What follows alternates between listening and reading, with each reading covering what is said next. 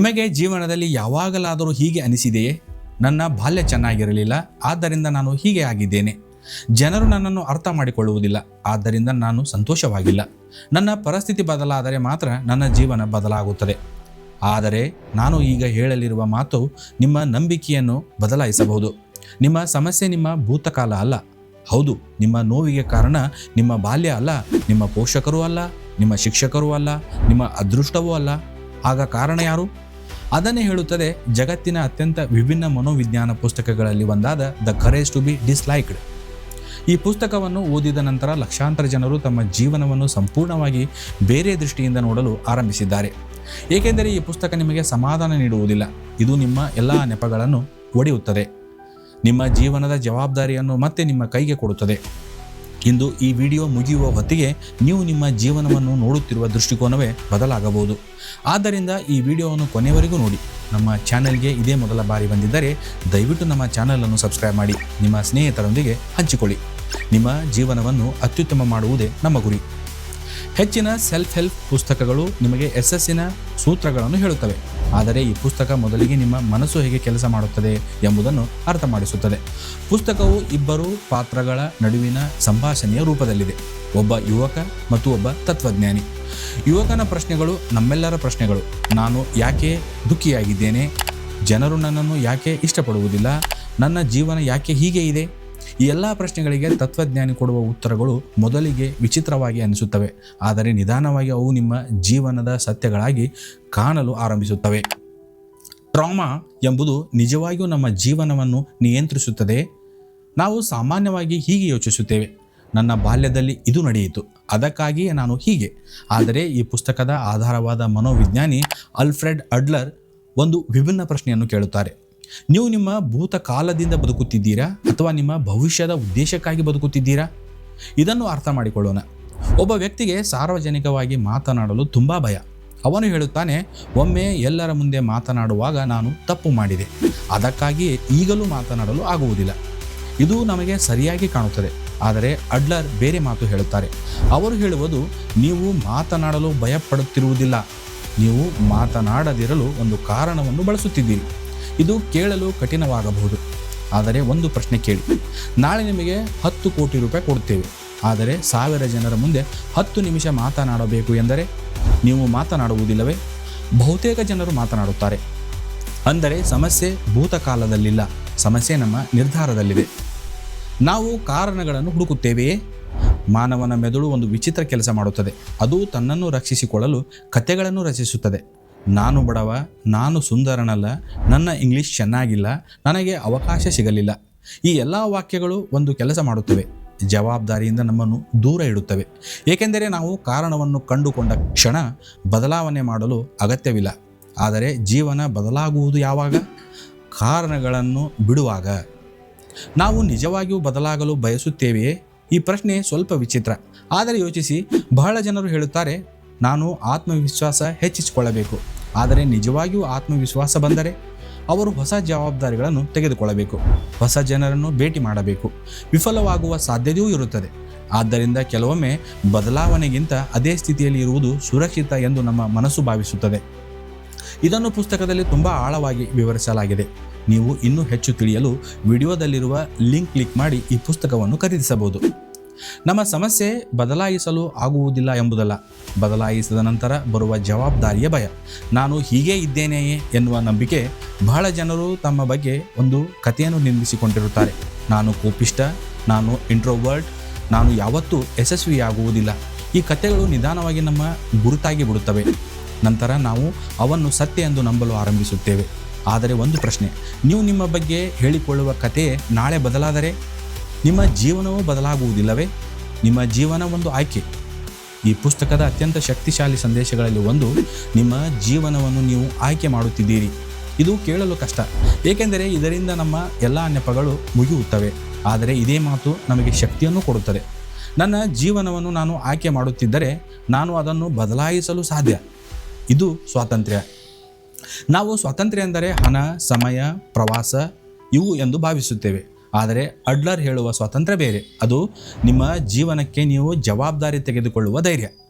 ಇದು ಸುಲಭವಲ್ಲ, ಏಕೆಂದರೆ ಆಗ ಯಾರನ್ನು ದೂಷಿಸಲು ಸಾಧ್ಯವಿಲ್ಲ. ಆದರೆ ಆಗಲೇ ನಿಜವಾದ ಬೆಳವಣಿಗೆ ಆರಂಭವಾಗುತ್ತದೆ. ನೀವು ಹೊಸ ಬಟ್ಟೆ ಧರಿಸಿದಾಗ ಮೊದಲಿಗೆ ಏನು ಯೋಚಿಸುತ್ತೀರಿ?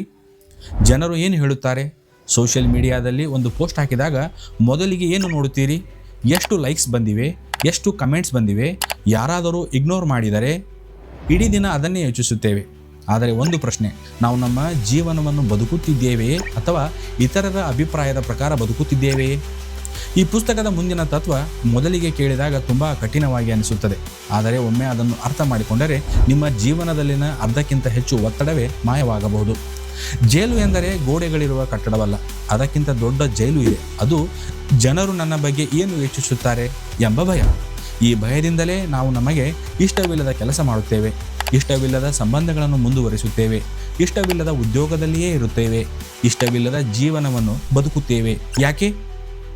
ಯಾರಾದರೂ ನಮ್ಮ ಬಗ್ಗೆ ಕೆಟ್ಟದಾಗಿ ಯೋಚಿಸಬಹುದು ಎಂಬ ಭಯ. ಒಂದು ಸರಳ ಪ್ರಶ್ನೆ, ಈ ಜಗತ್ತಿನಲ್ಲಿ ಎಲ್ಲರಿಗೂ ಇಷ್ಟವಾಗುವ ಒಬ್ಬ ವ್ಯಕ್ತಿಯ ಹೆಸರನ್ನು ಹೇಳಿ. ಸಾಧ್ಯವೇ? ಇಲ್ಲ. ಇತಿಹಾಸದ ಮಹಾನ್ ವಿಜ್ಞಾನಿಗಳು ಟೀಕೆಗೆ ಒಳಗಾದರು, ಮಹಾನ್ ಕಲಾವಿದರು ಟೀಕೆಗೆ ಒಳಗಾದರು, ಮಹಾನ್ ನಾಯಕರು ಟೀಕೆಗೆ ಒಳಗಾದರು. ಹಾಗಿದ್ದಾಗ ನೀವು ಮತ್ತು ನಾನು ಎಲ್ಲರಿಗೂ ಇಷ್ಟವಾಗಬೇಕೆಂದು ಯಾಕೆ ನಿರೀಕ್ಷಿಸುತ್ತೇವೆ? ಸತ್ಯ ಏನೆಂದರೆ ಎಲ್ಲರಿಗೂ ಇಷ್ಟವಾಗುವುದು ಅಸಾಧ್ಯ. ಹಾಗಾದರೆ ನಾವು ಯಾಕೆ ಪ್ರಯತ್ನಿಸುತ್ತೇವೆ? ಏಕೆಂದರೆ ನಮ್ಮ ಮೆದುಳು ತಿರಸ್ಕಾರವನ್ನು ಅಪಾಯ ಎಂದು ಭಾವಿಸುತ್ತದೆ. ಪ್ರಾಚೀನ ಕಾಲದಲ್ಲಿ ಗುಂಪಿನಿಂದ ಹೊರಹಾಕಲ್ಪಟ್ಟರೆ ಬದುಕುವುದು ಕಷ್ಟವಾಗಿತ್ತು. ಆದರೆ ಇಂದು ಪರಿಸ್ಥಿತಿ ಬದಲಾಗಿದೆ. ಆದರೂ ನಮ್ಮ ಮನಸ್ಸು ಇನ್ನೂ ಹಳೆಯ ರೀತಿಯಲ್ಲಿ ಕೆಲಸ ಮಾಡುತ್ತಿದೆ. ಯಾರಾದರೂ ನಮ್ಮನ್ನು ಇಷ್ಟಪಡಲಿಲ್ಲ ಎಂದರೆ ಅದು ನಮ್ಮ ಜೀವನದ ಅಂತ್ಯವಲ್ಲ, ಅದು ಕೇವಲ ಒಂದು ಅಭಿಪ್ರಾಯ. ಬಹಳ ಜನರು ಹೀಗೆ ಬದುಕುತ್ತಾರೆ: ಅವನು ನನ್ನಿಂದ ಖುಷಿಯಾಗಬೇಕು, ಅವರು ನನ್ನ ಬಗ್ಗೆ ಒಳ್ಳೆಯದಾಗಿ ಯೋಚಿಸಬೇಕು, ಯಾರಿಗೂ ನೋವಾಗಬಾರದು. ಇದು ಒಳ್ಳೆಯ ಗುಣದಂತೆ ಕಾಣುತ್ತದೆ. ಆದರೆ ಇಲ್ಲಿ ಒಂದು ಅಪಾಯ ಇದೆ. ನೀವು ನಿಮ್ಮ ಜೀವನದ ಚಾಲಕನ ಆಸನವನ್ನು ಇತರರ ಕೈಗೆ ಕೊಟ್ಟಿದ್ದೀರಿ. ನೀವು ಸಂತೋಷವಾಗಬೇಕಾ ಅಥವಾ ಬೇಡವಾ ಎಂಬುದನ್ನು ಇನ್ನೊಬ್ಬರು ನಿರ್ಧರಿಸುತ್ತಿದ್ದಾರೆ. ಇದು ಸ್ವಾತಂತ್ರ್ಯವೇ? ಖಂಡಿತ ಇಲ್ಲ. ಈ ಪುಸ್ತಕದ ಅತ್ಯಂತ ಪ್ರಸಿದ್ಧ ವಿಚಾರಗಳಲ್ಲಿ ಒಂದು ಟಾಸ್ಕ್ ಸಪರೇಷನ್. ಕನ್ನಡದಲ್ಲಿ ಹೇಳುವುದಾದರೆ ಯಾವುದು ನನ್ನ ಕೆಲಸ, ಯಾವುದು ಇನ್ನೊಬ್ಬರ ಕೆಲಸ. ಇದನ್ನು ಅರ್ಥ ಮಾಡಿಕೊಂಡರೆ ನಿಮ್ಮ ಜೀವನವೇ ಹಗುರವಾಗುತ್ತದೆ. ಒಂದು ಉದಾಹರಣೆ ನೋಡೋಣ. ನೀವು ಪ್ರಾಮಾಣಿಕವಾಗಿ ಓದಿದ್ದೀರಿ, ಪರೀಕ್ಷೆ ಬರೆದಿದ್ದೀರಿ, ಇದು ನಿಮ್ಮ ಕೆಲಸ. ಆದರೆ ಪರೀಕ್ಷಕ ಎಷ್ಟು ಅಂಕ ಕೊಡುತ್ತಾರೆ ಅದು ನಿಮ್ಮ ಕೆಲಸವಲ್ಲ. ನೀವು ಪ್ರಾಮಾಣಿಕವಾಗಿ ಕೆಲಸ ಮಾಡಿದ್ದೀರಿ, ಆದರೆ ಮ್ಯಾನೇಜರ್ ಪ್ರಮೋಷನ್ ಕೊಡುತ್ತಾರಾ? ಅದು ನಿಮ್ಮ ನಿಯಂತ್ರಣದಲ್ಲಿ ಇಲ್ಲ. ನೀವು ಒಬ್ಬರನ್ನು ಗೌರವದಿಂದ ನಡೆಸಿಕೊಂಡಿದ್ದೀರಿ, ಅವರು ನಿಮ್ಮನ್ನು ಗೌರವಿಸುತ್ತಾರಾ? ಅದು ಅವರ ನಿರ್ಧಾರ. ಇದನ್ನೇ ಅಡ್ಲರ್ ಹೇಳುತ್ತಾರೆ: ನಿಮ್ಮ ಕೆಲಸವನ್ನು ಚೆನ್ನಾಗಿ ಮಾಡಿ, ಫಲಿತಾಂಶದ ಬಗ್ಗೆ ಅತಿಯಾದ ಚಿಂತೆ ಮಾಡಬೇಡಿ. ಸಮಸ್ಯೆ ಎಲ್ಲಿಂದ ಶುರುವಾಗುತ್ತದೆ? ನಾವು ಇನ್ನೊಬ್ಬರ ಕೆಲಸವನ್ನು ನಮ್ಮ ಕೆಲಸವನ್ನಾಗಿ ಮಾಡಿಕೊಂಡಾಗ. ಅವನು ನನ್ನನ್ನು ಇಷ್ಟಪಡಬೇಕು, ಅವಳು ನನ್ನನ್ನು ಹೊಗಳಬೇಕು, ಅವರು ನನ್ನನ್ನು ಒಪ್ಪಿಕೊಳ್ಳಬೇಕು. ಈ ಎಲ್ಲ ವಿಷಯಗಳು ನಿಮ್ಮ ಕೈಯಲ್ಲಿಲ್ಲ. ಹಾಗಿದ್ದಾಗ ನೀವು ಯಾಕೆ ಅವುಗಳ ಬಗ್ಗೆ ಜೀವನವನ್ನೇ ಹಾಳು ಮಾಡಿಕೊಳ್ಳಬೇಕು? ಒಂದು ದಿನ ನೀವು 80 ವರ್ಷದವರಾಗಿದ್ದೀರಿ ಎಂದು ಊಹಿಸಿ. ನೀವು ಹಿಂದೆ ತಿರುಗಿ ನೋಡಿದಾಗ ನಿಮ್ಮ ಜೀವನದ ಬಗ್ಗೆ ನೀವು ಏನು ಹೇಳುತ್ತೀರಿ? ನಾನು ಎಲ್ಲರನ್ನು ಖುಷಿಪಡಿಸಲು ಪ್ರಯತ್ನಿಸಿದೆ ಅಥವಾ ನಾನು ನನ್ನ ಮೌಲ್ಯಗಳಿಗೆ ತಕ್ಕಂತೆ ಬದುಕಿದೆ? ಇವೆರಡರಲ್ಲಿ ಯಾವುದು ಉತ್ತಮ? ಈ ಪ್ರಶ್ನೆಗೆ ಉತ್ತರ ನಿಮ್ಮ ಜೀವನದ ದಿಕ್ಕನ್ನು ನಿರ್ಧರಿಸುತ್ತದೆ. ಧೈರ್ಯ ಎಂದರೆ ಜಗಳವಲ್ಲ. ಕೆಲವರು ಈ ವಿಚಾರವನ್ನು ತಪ್ಪಾಗಿ ಅರ್ಥ ಮಾಡಿಕೊಳ್ಳುತ್ತಾರೆ. ನನಗೆ ಯಾರೂ ಮುಖ್ಯವಲ್ಲ, ನಾನು ಯಾರ ಮಾತನ್ನು ಕೇಳುವುದಿಲ್ಲ. ಇದು ಧೈರ್ಯವಲ್ಲ, ಇದು ಅಹಂಕಾರ. ನಿಜವಾದ ಧೈರ್ಯ ಎಂದರೆ ಜನರು ನಿಮ್ಮನ್ನು ಇಷ್ಟಪಡದಿದ್ದರೂ ನೀವು ನಿಮ್ಮ ಮೌಲ್ಯಗಳಿಗೆ ನಿಷ್ಠರಾಗಿರುವುದು. ನಿಮ್ಮ ಬಗ್ಗೆ ಯಾರು ಬೇಕಾದರೂ ಏನು ಬೇಕಾದರೂ ಹೇಳಬಹುದು, ಅದನ್ನು ನೀವು ನಿಯಂತ್ರಿಸಲು ಸಾಧ್ಯವಿಲ್ಲ. ಆದರೆ ನೀವು ಹೇಗೆ ಪ್ರತಿಕ್ರಿಯಿಸುತ್ತೀರಿ ಅದು ಸಂಪೂರ್ಣ ನಿಮ್ಮ ಆಯ್ಕೆ. ಟೀಕೆ ಕೆಲವೊಮ್ಮೆ ಬೆಳವಣಿಗೆಗೆ ಸಹಾಯ ಮಾಡಬಹುದು, ಕೆಲವೊಮ್ಮೆ ಅದನ್ನು ನಿರ್ಲಕ್ಷಿಸಬೇಕಾಗುತ್ತದೆ. ಆದರೆ ಪ್ರತಿಯೊಂದು ಟೀಕೆಯನ್ನು ನಿಮ್ಮ ವೈಯಕ್ತಿಕದ ತೀರ್ಪಾಗಿ ತೆಗೆದುಕೊಳ್ಳಬೇಡಿ. ಒಂದು ಮಗುವಿಗೆ ಪ್ರತಿ ಕೆಲಸಕ್ಕೂ ಚಪ್ಪಾಳೆ ಬೇಕು, ಅದು ಸಹಜ. ಆದರೆ ಒಬ್ಬ ಪ್ರೌಢ ವ್ಯಕ್ತಿಯು ಪ್ರತಿ ನಿರ್ಧಾರಕ್ಕೂ ಇತರರ ಒಪ್ಪಿಗೆಯನ್ನು ಹುಡುಕುತ್ತಿದ್ದರೆ ಅವನು ಇನ್ನೂ ತನ್ನ ಜೀವನದ ಮಾಲೀಕನಾಗಿಲ್ಲ. ಈ ಪುಸ್ತಕ ಹೇಳುವುದು ನಿಮ್ಮ ಮೌಲ್ಯವನ್ನು ಇತರರ ಪ್ರಶಂಸೆ ನಿರ್ಧರಿಸುವುದಿಲ್ಲ. ನಿಮ್ಮನ್ನು ಎಲ್ಲರೂ ಇಷ್ಟಪಡಬೇಕು ಎಂಬ ಆಸೆ ಕಡಿಮೆಯಾದ ಕ್ಷಣದಿಂದ ನೀವು ನಿಜವಾಗಿಯೂ ಸ್ವತಂತ್ರ ಆಗುತ್ತೀರಿ. ಆಗ ನೀವು ಸರಿಯಾದ ಕೆಲಸವನ್ನು ಮಾಡುತ್ತೀರಿ, ಜನಪ್ರಿಯವಾದ ಕೆಲಸವಲ್ಲ. ಒಂದು ಪ್ರಶ್ನೆ ಕೇಳುತ್ತೇನೆ: ನಿಮ್ಮ ಸ್ನೇಹಿತ ಹೊಸ ಕಾರು ಖರೀದಿಸಿದಾಗ ನಿಮಗೆ ನಿಜವಾಗಿಯೂ ಸಂತೋಷವಾಗುತ್ತದೆಯೇ ಅಥವಾ ನಿಮ್ಮ ಜೀವನದಲ್ಲಿ ಏನೋ ಕೊರತೆ ಇದೆ ಎಂಬ ಭಾವನೆ ಬರುತ್ತದೆಯೇ? ಇನ್ಸ್ಟಾಗ್ರಾಮ್ನಲ್ಲಿ ಯಾರಾದರೂ ವಿದೇಶ ಪ್ರವಾಸದ ಫೋಟೋ ಹಾಕಿದರೆ ಅದನ್ನು ನೋಡಿದ ನಂತರ ನಿಮಗೆ ಸ್ಫೂರ್ತಿ ಸಿಗುತ್ತದೆಯೇ ಅಥವಾ ನಿಮ್ಮ ಜೀವನವೇ ಹಿಂದೆ ಉಳಿದಿದೆ ಎಂಬ ಭಾವನೆ ಬರುತ್ತದೆಯೇ? ಇದು ನಿಮ್ಮೊಂದಿಗೆ ಮಾತ್ರ ಆಗುವುದಿಲ್ಲ. ಜಗತ್ತಿನ ಬಹುತೇಕ ಜನರು ಇದೇ ಬಲೆಗೆ ಬೀಳುತ್ತಾರೆ. ಆದರೆ ಈ ಪುಸ್ತಕ ಒಂದು ಆಶ್ಚರ್ಯಕರ ಸತ್ಯವನ್ನು ಹೇಳುತ್ತದೆ. ನಮ್ಮನ್ನು ದುಃಖಿಯಾಗಿಸುವುದು ನಮ್ಮ ಜೀವನವಲ್ಲ, ನಾವು ಮಾಡುತ್ತಿರುವ ಹೋಲಿಕೆ. ನಾನು ಸಾಕಷ್ಟು ಬುದ್ಧಿವಂತನಲ್ಲ, ನಾನು ಸುಂದರನಲ್ಲ, ನಾನು ಶ್ರೀಮಂತನಲ್ಲ, ನಾನು ಅವನಷ್ಟು ಯಶಸ್ವಿಯಾಗಿಲ್ಲ. ಇಂತಹ ಆಲೋಚನೆಗಳು ಎಲ್ಲರಿಗೂ ಬರುತ್ತವೆ. ಇದನ್ನೇ ನಾವು ಸಾಮಾನ್ಯವಾಗಿ ಇನ್ಫೀರಿಯಾರಿಟಿ ಕಾಂಪ್ಲೆಕ್ಸ್ ಎಂದು ಕರೆಯುತ್ತೇವೆ. ಆದರೆ ಅಡ್ಲರ್ ಒಂದು ವಿಭಿನ್ನ ದೃಷ್ಟಿಕೋನವನ್ನು ನೀಡುತ್ತಾರೆ. ಅವರು ಹೇಳುತ್ತಾರೆ, ಕೀಳರಿಮೆ ಭಾವನೆ ತಪ್ಪಲ್ಲ, ವಾಸ್ತವವಾಗಿ ಅದು ಬೆಳವಣಿಗೆಯ ಆರಂಭವಾಗಬಹುದು. ಒಬ್ಬ ವಿದ್ಯಾರ್ಥಿ ಹೇಳುತ್ತಾನೆ, ನನ್ನ ಇಂಗ್ಲಿಷ್ ದುರ್ಬಲವಾಗಿದೆ.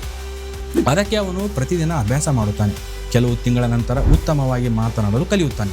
ಇಲ್ಲಿ ಕೀಳರಿಮೆಯೇ ಭಾವನೆ ಅವನನ್ನು ಬೆಳೆಯುವಂತೆ ಮಾಡಿತು. ಇನ್ನೊಬ್ಬ ವಿದ್ಯಾರ್ಥಿ ಹೇಳುತ್ತಾನೆ, ನನಗೆ ಇಂಗ್ಲಿಷ್ ಬರುವುದಿಲ್ಲ, ಆದ್ದರಿಂದ ನಾನು ಜೀವನದಲ್ಲಿ ಏನೂ ಸಾಧಿಸಲಾರೆ. ಅವನ ಪ್ರಯತ್ನವನ್ನೇ ಮಾಡುವುದಿಲ್ಲ. ಇಲ್ಲಿ ಕೀಳರಿಮೆ ಸಂಕೋಲೆಯಾಗಿ ಬದಲಾಗಿದೆ. ಅಂದರೆ ಸಮಸ್ಯೆ ಕೀಳರಿಮೆಯ ಭಾವನೆಯಲ್ಲೇ ಅಲ್ಲ, ಅದನ್ನು ನಾವು ಹೇಗೆ ಅರ್ಥ ಮಾಡಿಕೊಳ್ಳುತ್ತೇವೆ ಎಂಬುದು. ಇಂದಿನ ಜಗತ್ತಿನಲ್ಲಿ ಪ್ರತಿಯೊಬ್ಬರೂ ಯಾರಾದರೊಬ್ಬರಿಗೆ ಸ್ಪರ್ಧಿಸುತ್ತಿದ್ದಾರೆ.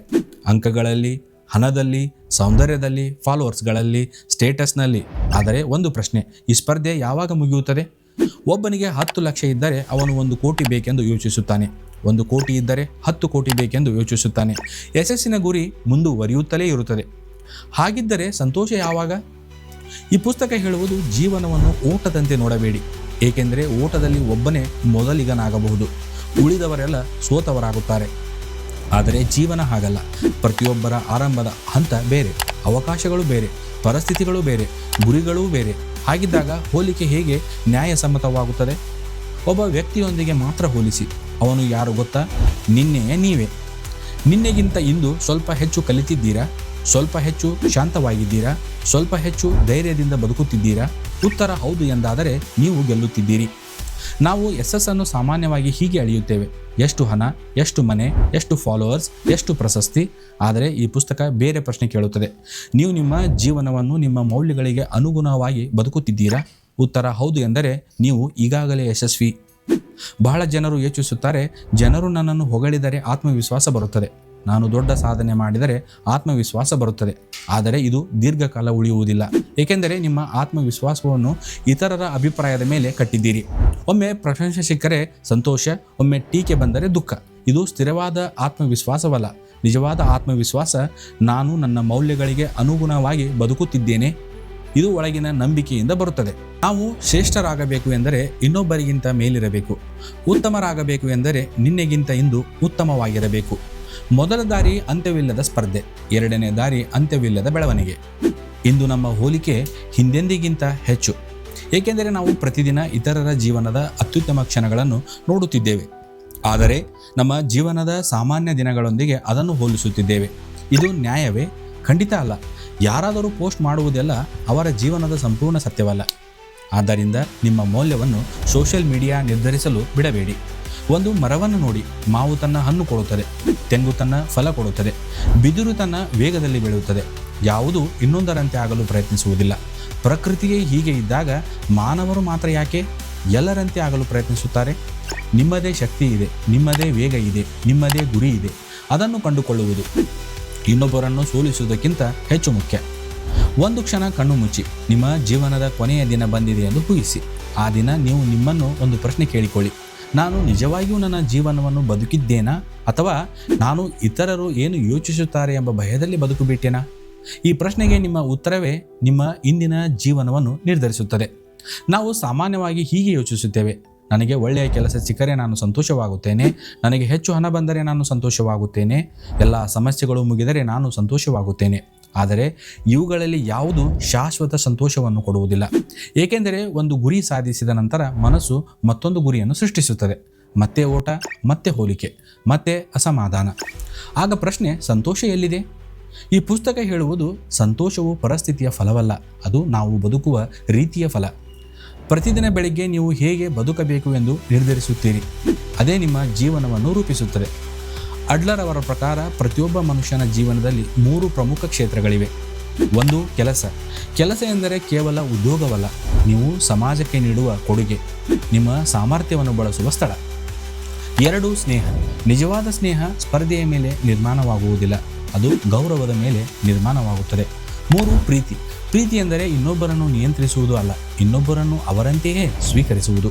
ಈ 3 ಕ್ಷೇತ್ರಗಳಲ್ಲಿ ಸಮತೋಲನ ಇದ್ದರೆ ಜೀವನಕ್ಕೂ ಸಮತೋಲನ ಬರುತ್ತದೆ.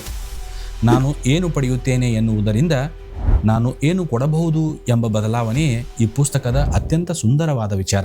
ಅದೇ ಜೀವನದ ಕೇಂದ್ರಬಿಂದು.